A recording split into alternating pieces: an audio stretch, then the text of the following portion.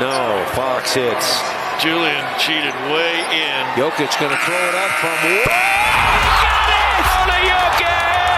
Will the real MVP please stand up? I know how great he is. I know how great Joker is. Jokic, this dude is so good, man. I haven't seen anything like him. One NBA player has just had the ultimate individual season. But no matter how many records have been broken, it simply is not enough. We judge MVP year to year. You also said the criteria or the goalposts change year to year for certain players. No, it doesn't. How could the most impressive individual season in basketball history not result in an MVP? Let's find out. This is the best season ever, brought to you by the Joker, Nikola Jokic. Prior to the beginning of the 2024-25 NBA season, Nikola Jokic was a three-time MVP. A second-round draft pick who defied all odds to become a baller regarded as one of the very best of all time. He was an established legend in the prime of his career. There was seemingly nothing left to prove. Still, the Joker had one more card left to play, and it would be his greatest yet. Nikola Jokic just had the best individual season in the history of the game. We're going to prove it. October 2024, with Halloween season in full effect, the regular 82 tipped off and the NBA's resident monster made history. With Game 1, Jokic went business as usual, grabbing a triple-double. In Games 2 and 3, he recorded back-to-back 40-point games for the first time in his illustrious career. Scary for his opponents, but this was Jokic getting warmed up. He then posted a hair-raising stat line of 29 points, 18 rebounds, and 16 dimes against the Brooklyn Nets in Game 4. A triple-double with this stat line has not been seen in the league for over 6 decades. It's amazing. The passes that he makes from one side of the court to the other, on time and on target, the bounce passes in between defenses. You can't guard him on the post because he's too big. He can't jump over a dollar bill. He rebounds. He is amazing. And with that, Jokic became the first and only player to ever record multiple 40-point games and multiple triple-doubles in the opening 4 games of a season. That's how you start the greatest season of all time. But of course, consistency is key if you want to prove yourself the very best in the game. In November, Jokic did just that. Joker, I ain't gonna lie to you. It's just he's doing so much, you don't know what is coming. How do you go higher after starting with a record-breaking 4-game run? How about a 20-point, 20-rebound, 15-assist game?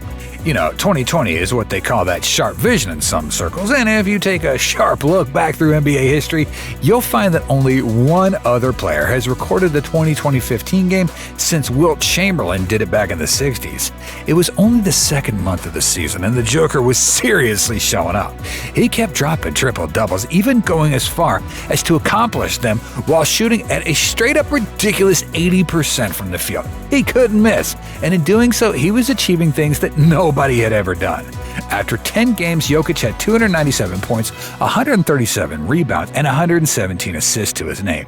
No player in NBA history has ever achieved these numbers in just 10 games before, and they likely will again. However you want it, he could do it. And I think he stepped it up defensively this year and also being a vocal leader for us. So I mean, just look what he's doing this year with, you know, two of our main guys down. He's keeping us afloat, and he's still putting up great numbers. So, I mean, what can I say about him? Basketball fans were watching a master at work. History was unfolding before their eyes.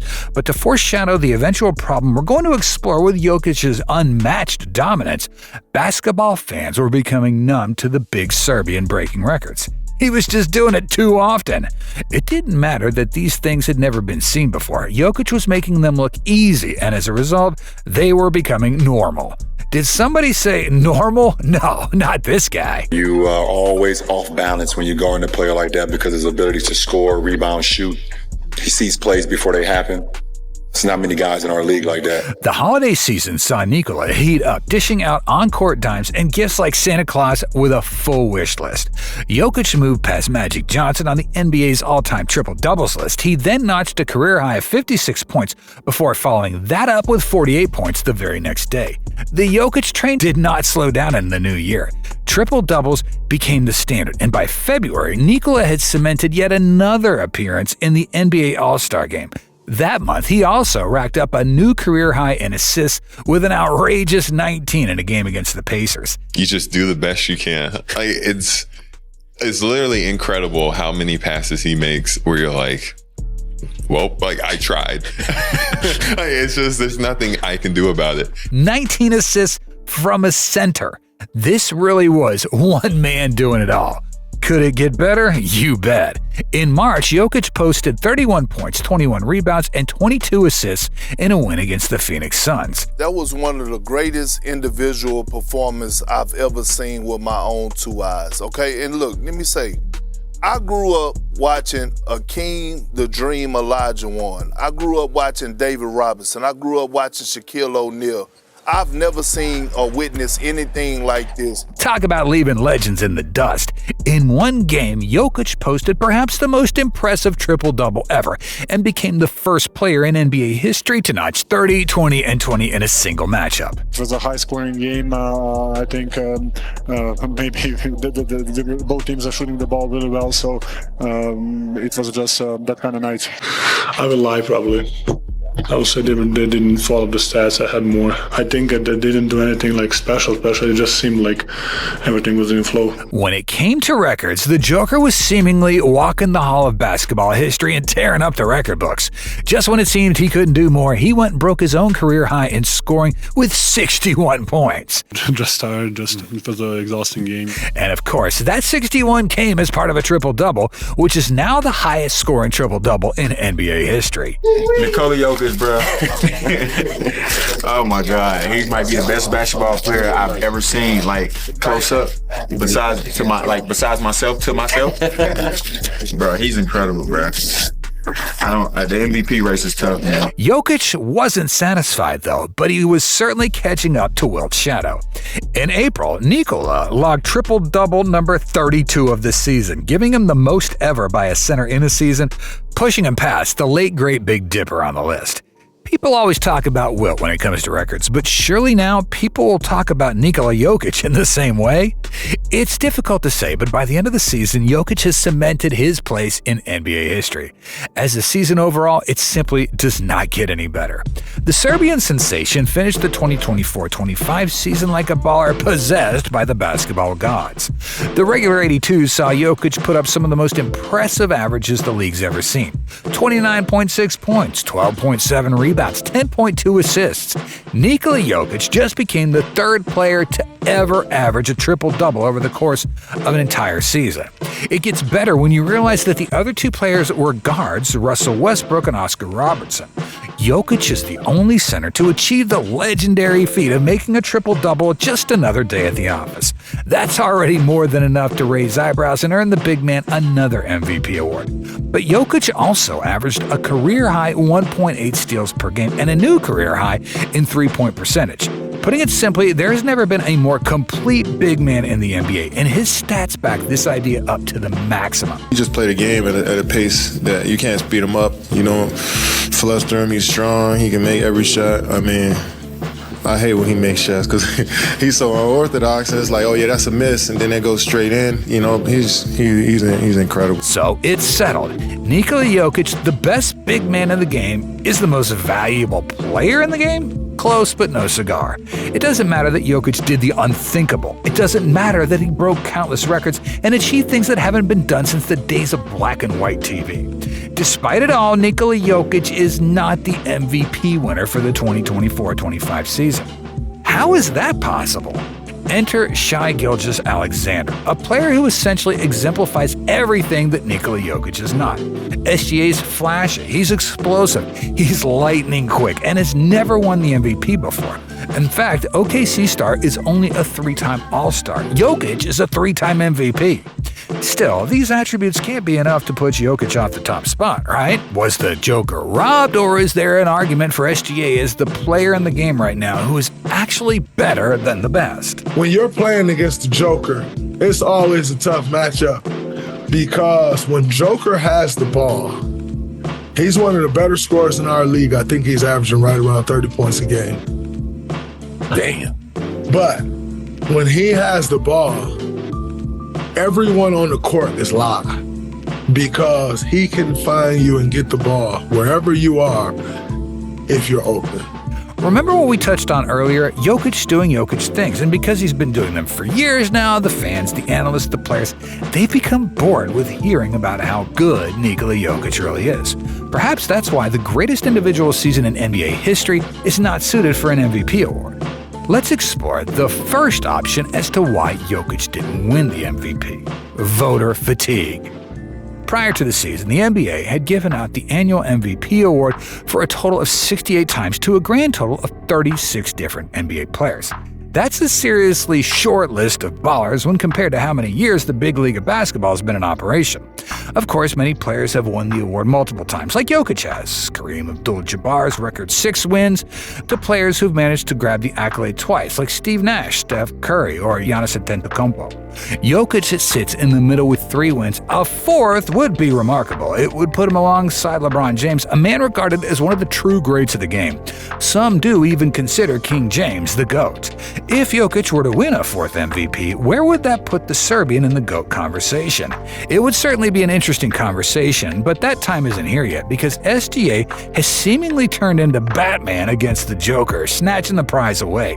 But is that really because the league's looking to shine a spotlight on a new superstar? Are the voters simply bored by Jokic's dominance? Both are possible explanations, but how does Jokic's season stack up against the greats? Let's compare Nikola Jokic's historic year with a few MVP-winning campaigns in the past. Let's put Jokic face-to-face with one of the all-time great big men in Karl Malone. The mailman's in the history books as one of the 2 greatest power forwards to ever put on sneakers, and he also happens to be a 2-time MVP. In the 98-99 season, Malone bagged his 2nd award, averaging 23 points, 9 rebounds, and 4 assists. Not bad, but not Jokic. Even by Malone's standards, these numbers weren't great. For example, the season before, the Jazz legend racked up a higher average in points, rebounds, and blocks per game. The 98-99 season was a shortened one, but still we're talking averages, not totals, so the numbers should still pop for a potential MVP.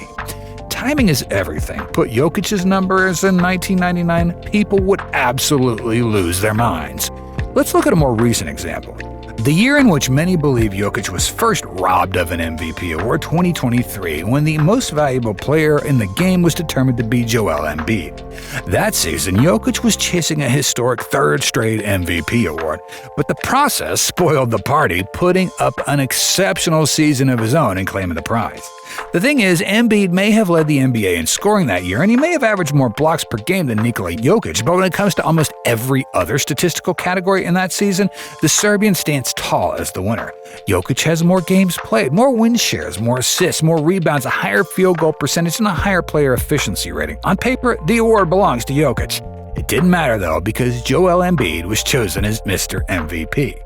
Perhaps the media are to blame for creating a narrative around Jokic that managed to overshadow the Serbians' play on the court. It's about to get controversial. Are we sure that Nikola Jokic is the best player in the league? Does SGA have a case for MVP over Jokic? A case? He's getting my vote for MVP. In 2023, Kendrick Perkins caused a major stir online after suggesting that Jokic's insane numbers were the result of stat padding. Perk took it a step further, though, when he implied that the reason Jokic had won MVPs had something to do with race and was not entirely down to basketball performance. Since 1990, it's only 3 guys that won the MVP that wasn't top 10 in scoring. Do you know who those 3 guys were? Who were they? Steve Nash, Jokic, and Dirk Nowitzki. Nah. Dirk Nowitzki. What do those guys have in common? I'll let it sit there and marinate. You think about it. It was then left up to J.J. Redick to point out that prior to 1990, multiple players, legends to be more correct, had won MVPs without being in the top 10 in scoring. Magic Johnson did that on multiple occasions. But what we've just witnessed is the problem with this show, where we create narratives that do not exist in reality. The implication, what you are implying, that the white voters that vote on NBA are racist, that they favor white people. You just said that. Yes, you did. Redick may have shut down the nonsensical comments of Kendrick Perkins, but the feeling lingered. There was now a troubling question mark surrounding the MVP vote. Did a media storm created by Kendrick Perkins cause the vote to sway away from the European ace Nikola Jokic? It's unlikely, but it did raise eyebrows and cause some folks to ask questions. Questions like, could these accusations have caused voters to not vote for Jokic in order to prove their votes were in no way racially motivated? Was Jokic robbed thanks to the claims made by Kendrick Perkins? Whatever the case was then, it was 2023, and a few years later we find ourselves in a new season, a new challenge, and a new set of questions surrounding why Jokic has not won the award again. In a sense, the 24-25 NBA season is like what we've seen before, but it's also a whole different story, which brings us to the next reason why an NBA center having the greatest season ever may not be enough for the MVP award. We've talked extensively about Nikola Jokic's ability to break records. The list of things this guy has done that no one else has done is seemingly endless. He's the first and last to accomplish so much in the NBA, but these records are only one element to consider when determining the best player in the game. There's another record that is arguably more important, the win-loss record. Jokic's first new career high in scoring, 56 points, those points came in a loss. The 61, also a loss. This shows that focusing on what record Jokic breaks, when he breaks it, sometimes overshadows the bigger basketball picture. If Jokic breaking another record doesn't translate to his team winning, then what's it really worth? Let's make no mistakes, Jokic is an NBA champ and a Finals MVP winner. He absolutely can get it done when it matters. He got a ring with the team that drafted him. He did it the hard way and deserves all the praise that comes along with it. The problem is, his historic triple-double season coincides with the Denver Nuggets finishing the season with the 4th seed in the Western Conference. A record of 50 wins and 32 losses is nothing to cry about, but it's also a far cry from the 68 wins achieved by the Thunder. Begging the question, is the best player in the league the star who leads the best team in the league? The MVP award is for most valuable player, and that's somewhat subjective. How much value does Nikola Jokic bring to a team when compared to someone like SGA? The stats will tell you Jokic is the better player. The Serbian leads SGA in almost every category but scoring. He doesn't just lead SGA in assists and rebounds, he averages almost twice as many per game as the Thunder star. What about teammates? OKC's incredible win-loss record is mostly thanks to Shai Gilgeous-Alexander's play on the court, but we can't ignore that their 68 wins are also thanks to other players filling up the roster. On paper, this is a team with 2 All-Stars, SGA and Jalen Williams. Jokic, on the other hand, has no All-Star teammates. Sure, he has teammates who have been All-Stars in the past, such as Russell Westbrook, but 2025 did not see any players from Denver's roster making the All-Star cut aside from Jokic. Nikola Jokic has actually never had a teammate make the All-Star team, the All-NBA team, or even the All-Defense team. We can call this carrying, and in basketball, it's the completely legal kind that should be celebrated. Jordan had Pippen, Magic Kareem, Shaq had Kobe, LeBron had Kyrie or D. Wade. Jokic has had no such player at his side. So, what's more impressive in the 2024-25 season? 2 All-Stars leading the team to 68 wins, or 1 All-Star leading his team to 50 wins while averaging a triple-double? You could call it help, but Nikola Jokic quite clearly doesn't need any help. Then there's the eye test. It's the thing fans and analysts love to refer to when the stats aren't supportive of the narrative or theory they're trying to push. At a glance, Jokic is big, unathletic, slow. But under the eye test, when you watch him play, Nikola Jokic is a wizard with a basketball in his hands. The Denver Nuggets are also infinitely better as a team when he's on the floor. Take Jokic out of the picture and the team becomes way less efficient. They struggle to win games, and they simply aren't a team to be feared by teams in either conference. If we look at OKC, we can say similar things about Shai Gilgeous-Alexander, but is SGA really as vital to his team's success? The eye test says no, but SGA did play in 76 games this season, meaning if you look at it plain and simple, the Thunder are winning an insane number of games when he's playing, far more than the Nuggets have managed to win this season. When it comes down to it, wins and losses may be the most concrete way to decide the MVP. Fear not, though, because this certainly won't be the last time Nikola Jokic is in the running for the greatest individual prize in the game. Despite his age, the Joker is nowhere near finished. What makes Nikola Jokic so good at basketball? Why do so many NBA players, legends, experts, and fans refer to the Nuggets center as one of the most skilled players to ever play the game? Jokic plays basketball like a chess master. He sees the pieces on the court, thinks up his game plan, and executes it to perfection. His game is just as much mental as it is physical. I don't even know how to describe that. It's very slow pace and on his own time. The one thing I can't give him, though, he's very patient. You might expect a player standing at 6'11" and weighing 284 pounds to rely on size and strength to dominate the game, but that's not the case with Nikola Jokic. The Nuggets star man doesn't need explosive moves, uber athletic hops, or bursts of speed to rack up insane stat lines. The reason people call him one of the most skilled ever is because he is perhaps the most purely skilled basketball player to ever play. He's one of those guys that, like, when you look back at it and you see what he's doing, it's like, oh, okay, because there's nobody to compare him to. He doesn't have a comparison in the game. He's more like a mashup of multiple legends. Think of the passing skills of Magic, the rebounding presence of Rodman, the ability to command a team like Chris Paul, and the scoring ability of Shaq or Kevin Durant. Jokic certainly lacks the hops of Michael Jordan, but to be clear, Jokic doesn't need them. His game in no way is reliant on athletic ability. What this means is that Father Time's not going to slow him down. Jokic can potentially keep up his unbelievable levels of play for years to come, because while some players will fade from the limelight due to physical limitations or injuries, there is no sign of this happening with the Joker.